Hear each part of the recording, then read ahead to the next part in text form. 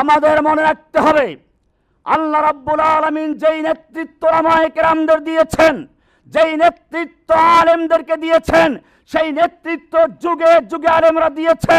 এই ভারতবর্ষে যখন ইংরেজরা স্বৈরাচারী হয়ে এদেশের মানুষের উপরে জুলুম অত্যাচার নির্যাতন চালাচ্ছিল, উলামায়ে কেরাম তাদের বিরুদ্ধে যুদ্ধ করছিলেন। শাহ আব্দুল আজিজ রহমতুল্লাহ আলাইহি ভারতবর্ষে এক ফতোয়া জারি করলেন, দারুল হরব ঘোষণা করলেন। আব্দুল আজিজ রহমতুল্লাহ আলাইহির সেই ফতোয়া গোটা ভারতবর্ষে দাবা নলের মতো আগুন হয়ে জ্বলে উঠেছিল এবং সে সময় উলামায়ে কেরামদের জীবন দেওয়ার মাধ্যমে, যুদ্ধের মাধ্যমে ইংরেজরা ভারতবর্ষের সাথে বাধ্য হয়েছিল। কিন্তু জেনে রাখেন, এমনিতে হয় নাই। ইংরেজরা সে সময় আলেমদেরকে জীবন্ত শুকরের চামড়ার ভিতরে ঢুকিয়ে ঘোড়ার পায়ের সঙ্গে বেঁধে দিয়ে নির্যাতন করে করে ঢুকিয়ে হত্যা করেছে। দিল্লির সেই ট্রাঙ্ক রোডের এমন কোনো গাছ ছিল না যেই গাছের প্রত্যেকটা ডালে ডালে এক একজন আলেমকে ফাঁসিতে ঝুলানো হয়েছিল। মাদ্রাসাগুলোকে পুড়িয়ে দেওয়া হলো, মসজিদগুলোকে ঘোড়াস্থান করা হলো। এভাবে যখন চরম নির্যাতন করে করে আলেমদেরকে হত্যা করা হয়েছিল, তার মধ্যে উলামায়ে কেরামরা একটা স্বাধীন রাষ্ট্র ঘোষণা করেছিলেন। দেওবন্দের যারা প্রতিষ্ঠাতা, পরবর্তীতে কাসেম নানতুবি রহমতুল্লাহ আলাইহি ছিলেন সিফা সালার প্রধান সেনাপতি, রশিদ আহমদ গঙ্গোহী ছিলেন কাজীউল কুজাত প্রধান বিচারপতি, আর হাজী এমদাদুল্লাহ মুহাজির মক্কি রহমতুল্লাহ আলাইহি ছিলেন আমিরুল মুমিনিন। এরকম ভাবে তারা যুদ্ধ করে করে নিজেদের জীবন দিয়েছেন। হাফেজ জামিল শহীদ রহমান শহীদ হলেন, শহীদ আহমদ রহমান শহীদ হলেন। এদের রক্তের বিনিময়ে যখন ভারতবর্ষ থেকে ইংরেজ বিতাড়িত হলো, তখন আমরা কি দেখতে পেলাম? যাদের ত্যাগে ইংরেজ বিতাড়িত হলো তাদেরকে অবমূল্যায়ন করা হলো, তাদেরকে কোনোভাবে মূল্যায়ন না করে ক্ষমতা চলে গেল লেংটি পরা গরুর মুখ খাওয়া হিন্দুদের কাছে। ঠিক আবার যখন সেই হিন্দুদের নির্যাতন নিপীড়নে মুসলিম উম্মাহ আবার ফুঁসে উঠল, ওলামায়ে কেরাম আবার জেগে উঠলেন, নেতৃত্ব দিলেন জফরাত উসমানী, নেতৃত্ব দিলেন শাব্বির আহমদ উসমানী রহমতুল্লাহ আলাইহি। আবার স্লোগান শুরু হলো, তেরা মেরা রিশতা ক্যা লা ইলাহা ইল্লাল্লাহ। আবার স্লোগান শুরু হলো, छोड़ के देंगे हिंदुस्तान लड़के लेंगे पाकिस्तान। এভাবে যখন উলামায়ে কেরাম জীবন দিয়ে লড়াই করে পাকিস্তান কায়েম করে ছাড়লেন, পাকিস্তান কায়েম হলো, পতাকা উড্ডীন করলেন পূর্ব পাকিস্তানে জাফর আহমদ উসমানী রহমতুল্লাহ আলাইহি, পশ্চিম পাকিস্তানে শিব্বির আহমদ উসমানী রহমতুল্লাহ আলাইহি পতাকা উড্ডীন হয়ে গেল। এরপরে আবার সেই নির্মম ইতিহাসের পুনরাবৃত্তি ঘটলো। উলামায়ে কেরামদেরকে বলা হলো, আপনি মসজিদে চলে যান, মাদ্রাসায় চলে যান, খানকায় চলে যান, রাষ্ট্রের বিশাল অঙ্গনে আপনাদেরকে যেন না দেখা যায়। আবার সেই ফসলু সিয়াসাতে আনিদ্দিন, রাষ্ট্র থেকে ধর্মকে আলাদা করা হলো, উলামায়ে কেরামদের ত্যাগকে অবমূল্যায়ন করা হলো। 8 জুলাই আগস্ট এদেশের উলামায়ে কেরামদেরকে ফাঁসি দেওয়া হলো, উলামায়ে কেরামদেরকে নির্যাতন করে কারাগারে নিক্ষেপ করা হলো। হারুন এজাহার সাহেবকেও কিছুদিন পর্যন্ত নির্জন কারাবাসে রাখা হয়েছিল। আমাকে তো রাখা হয়েছিল একেবারে চরম নির্জন কারাবাসে। ওনাকে কিছুদিন রেখেছিল আমদানিতে, আমদানি এখানে আপনার কাশ্মীরে আমদানিতে রেখেছিল, মেডিকেল আমদানি, যাতে করে কেউ তার সাথে মিশতে না পারে। এরকম ভাবে শাপলা চত্বরে উলামায়ে কেরামদের ছাত্রদের রক্ত দিয়ে রঞ্জিত করা হলো, ব্রাহ্মণবাড়িয়াতে রক্তে রঞ্জিত করা হলো, হাটহাজারীতে ছাত্রদের রক্তে রঞ্জিত করা হলো।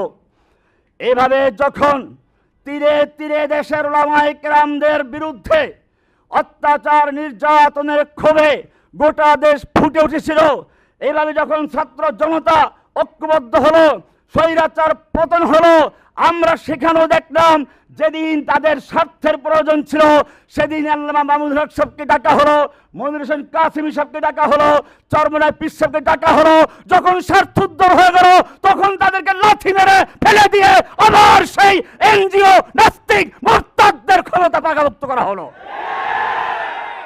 এবারে আমি আপনাদেরকে বলতে চাই, সব জায়গায় কেবল দাবি করা হয়, দাবি। আমি যেখানেই যাই, জুলাই আগস্টে শুধু মাদ্রাসার ছাত্র নয়, আমি ইলিয়াস ভাইয়ের বাংলা এডিশন যেদিন উদ্বোধন হয় সেখানে গিয়েছিলাম। যাদের সন্তান হারা মায়েরা সেখানে বক্তব্য দিতে গিয়ে বিচার না পেয়ে বেহুশ হয়ে মঞ্চে লুটে পড়েছিল। আমরা আজকেও এখানেও দেখতে পেলাম একজন আহত ভাই বক্তব্য দিচ্ছেন, বিচার পাই নাই, অবমূল্যায়ন চলছে। আমি জিজ্ঞেস করতে চাই, যাদের রক্তের উপরে ভিত্তি করে আজকে যারা ক্ষমতা আসলো, তারা তাদের কোনো মূল্যায়ন না করে তাদেরকে অবমূল্যায়ন করে কাদের কথা এখন টিকে আছে? আমরা তাদের কাছে কিসের দাবি বাঁচাবো? আমরা দেখলাম যেই স্বৈরাচারের বিরুদ্ধে আমরা আন্দোলন করেছিলাম, যেই স্বৈরাচার এদেশ থেকে ইসলামকে নির্মূল করার নীলনকশা এঁকেছিল, যে স্বৈরাচার ভারতকে প্রতিষ্ঠা করার জন্য চক্রান্ত করেছিল, যেই স্বৈরাচার এদেশের তাওহীদি আলেমদেরকে, তাওহীদি জনতাকে জঙ্গি নাটক সাজিয়ে কারাগারে বন্দী করেছিল, বর্তমানে সেই ওলামায়ে কেরামদের ত্যাগের বিনিময়ে যে সরকার আসলো, তারাও সেই একই নাটক শুরু করেছে, আবার জঙ্গি নাটক শুরু করেছে। আবার সেই নাস্তিক বলগার মোরতাদদেরকে উস্কে দিয়েছে। এত বড় দুঃসাহস দেখিয়েছে প্রফেসর মাহতাব, আসিফ মাহতাব এবং ডক্টর সরোয়ারের নামে পর্যন্ত সরাসরি মৃত্যু হত্যার হুমকি দিয়েছে। আমি জিজ্ঞেস করতে চাই, যদি কোনো মাদ্রাসার ছাত্র কোন আলেম এই কাজ করত, এখন তাকে মামলা দিয়ে গ্রেফতার করে রিমান্ডে নিয়ে তাকে নির্মম অত্যাচার করা হতো। কিন্তু ডক্টর আসিফ মাহতাবকে, ডক্টর গোলাম সরোয়ারকে যারা হুমকি দিল, তাদেরকে এখনো কেন গ্রেফতার করা হয় নাই? কেন তাদেরকে এখনো রিমান্ডে নেওয়া হয় নাই? কেন তারা এখনো বাংলার জমিন হাঁটাচলা করতে পারে? আমার ভাইয়েরা যারা হাসিনার মিথ্যা মামলায় কারাগারে গেল, আমরা কারাগারে বসে শুনতে পেয়েছিলাম হাসিনার সময়ে যত আইসিটি মামলা আছে, সন্ত্রাস বিরোধী মামলা আছে, সব মামলা তুলে নেওয়া হবে। আমরা খুশি হয়েছিলাম, কিন্তু কি দেখতে পেলাম? আমরা দেখতে পেলাম সেই মামলা তো উড্ড হয় নাই, বরং নতুন করে জঙ্গি মামলা সাজিয়ে আবার নিরীহ মানুষদেরকে গ্রেফতারের পায়তারা করা হচ্ছে। আমরা এই জন্য এই আন্দোলন করি নাই, এজন্য আমাদের ভাইয়ের রক্ত দেয় নাই। কাজী বর্তমান সরকারকে আমরা স্পষ্ট জানিয়ে দিতে চাই, আমরা নিজেদের হাতে বিচার তুলে নিতে চাই না। আমরা চাই না এই নাস্তিক মোরতাদের চুনোপুটিদেরকে নিজের হাতে বিচার নিয়ে হাত রঞ্জিত করতে। আমরা মশা মেরে হাত নষ্ট করতে চাই না। কিন্তু জেনে রাখবেন, যদি আপনারা তাদের বিচার করতে ব্যর্থ হন, যদি আপনারা আবার কোন একজন মানুষকে জঙ্গি নাটকের শিকার বানান, জেনে রাখবেন তাওহীদি জনতা বাংলার প্রতিটি থানায় থানায়, গ্রামে গ্রামে, মহল্লায় মহল্লায় ওলামায়ে কেরামদের নেতৃত্বে, শেখ মধুপুরের নেতৃত্বে, হারুন ধরের নেতৃত্বে, জসিমউদ্দিন রহমানের নেতৃত্বে বাংলার ঘরে ঘরে দুর্গত হবে ইনশাআল্লাহ।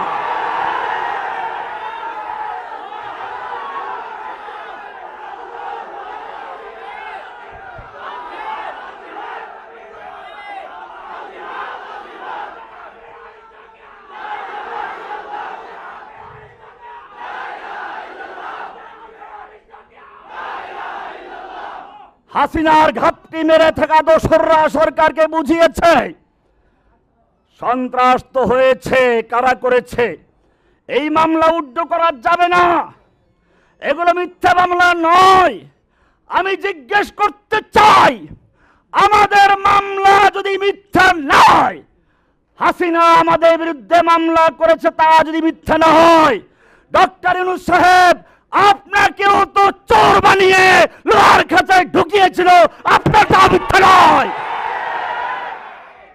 আমি আরো বলতে চাই, আমাদের মামলা যদি মিথ্যা না হয়, তাহলে খালেদা জিয়াকে জিয়া চ্যারিটেবলের এতিমের আত্মসাতের মামলায় চোর বানিয়ে সাজা দেওয়া হয়েছিল বিচারের মাধ্যমে। আপনারা নির্দোষ নন। আর যদি আপনারা নির্দোষ হয়ে থাকেন, আর আমরা মনে করি আপনারা নির্দোষী ছিলেন, আপনাদেরকে নাটক করে চোর বানানো হয়েছে, এই জন্য আমি আপনাদেরকে চোর বলছি না। আমার বক্তব্যের ভুল ব্যাখ্যা করবেন না। আমি শুধু একটা যুক্তি দাঁড় করিয়েছি। আমি জানি আপনাদের বিরুদ্ধে সাজানো নাটক হয়েছিল, আপনাদের বিরুদ্ধে যেরকম সাজানো নাটক হয়েছিল এদেশের তাওহীদি জনতার বিরুদ্ধে সাজানো নাটক হয়েছিল।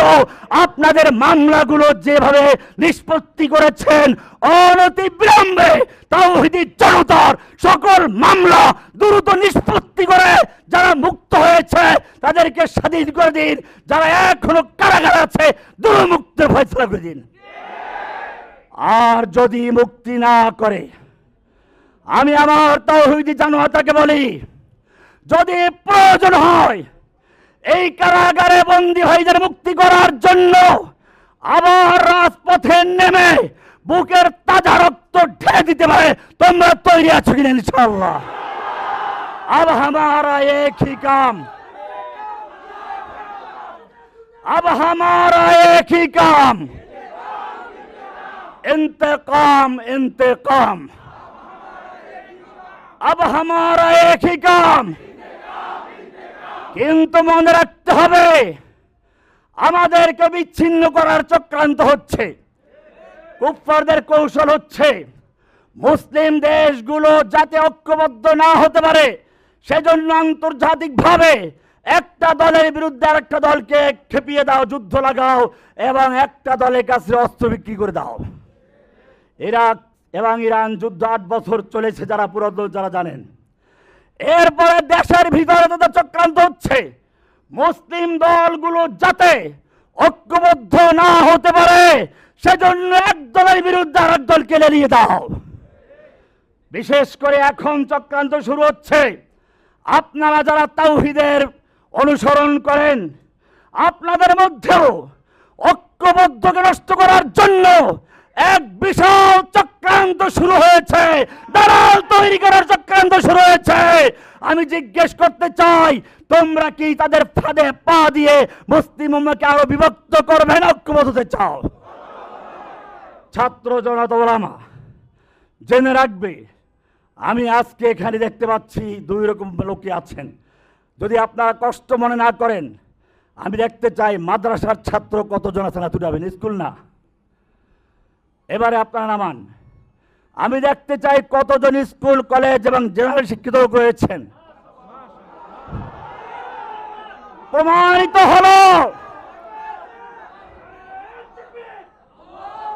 প্রমাণিত হলো আজকের এই সম্মেলন এসএম বা মুসাম্মা ওলামা জনতা নামে সম্মেলন ডাকা হয়েছে।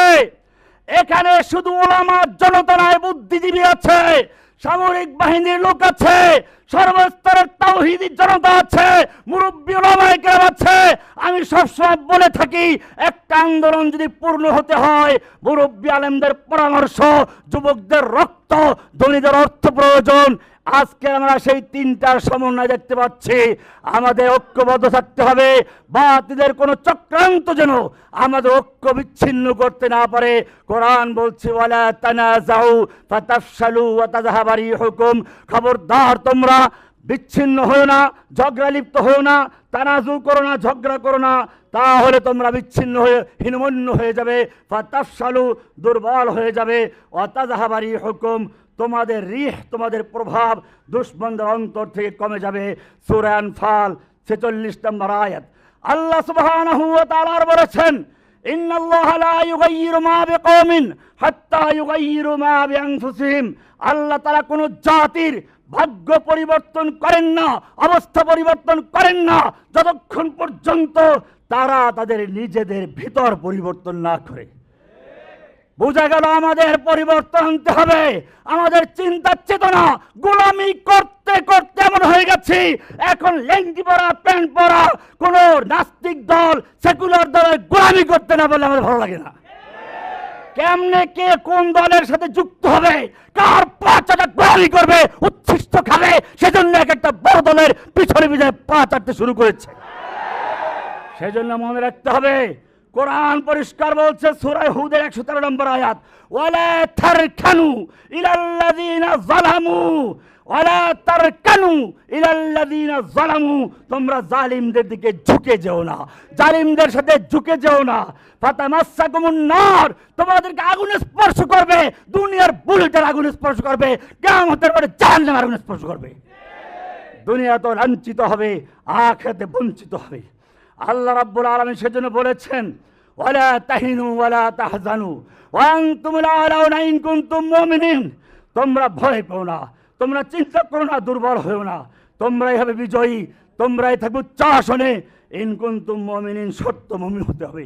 সূরা আলে ইমরান 139 নম্বর আয়াত।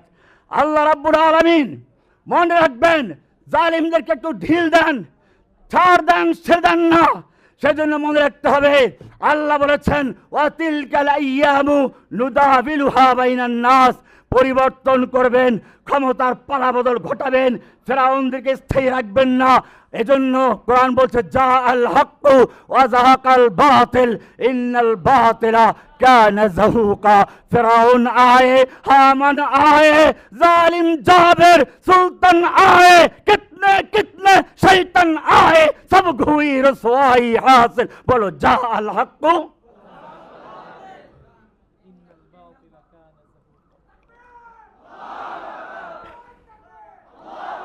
जा अल हक व ज़हक़ल बातिल इन्नल बातिल काना ज़हूक़ा।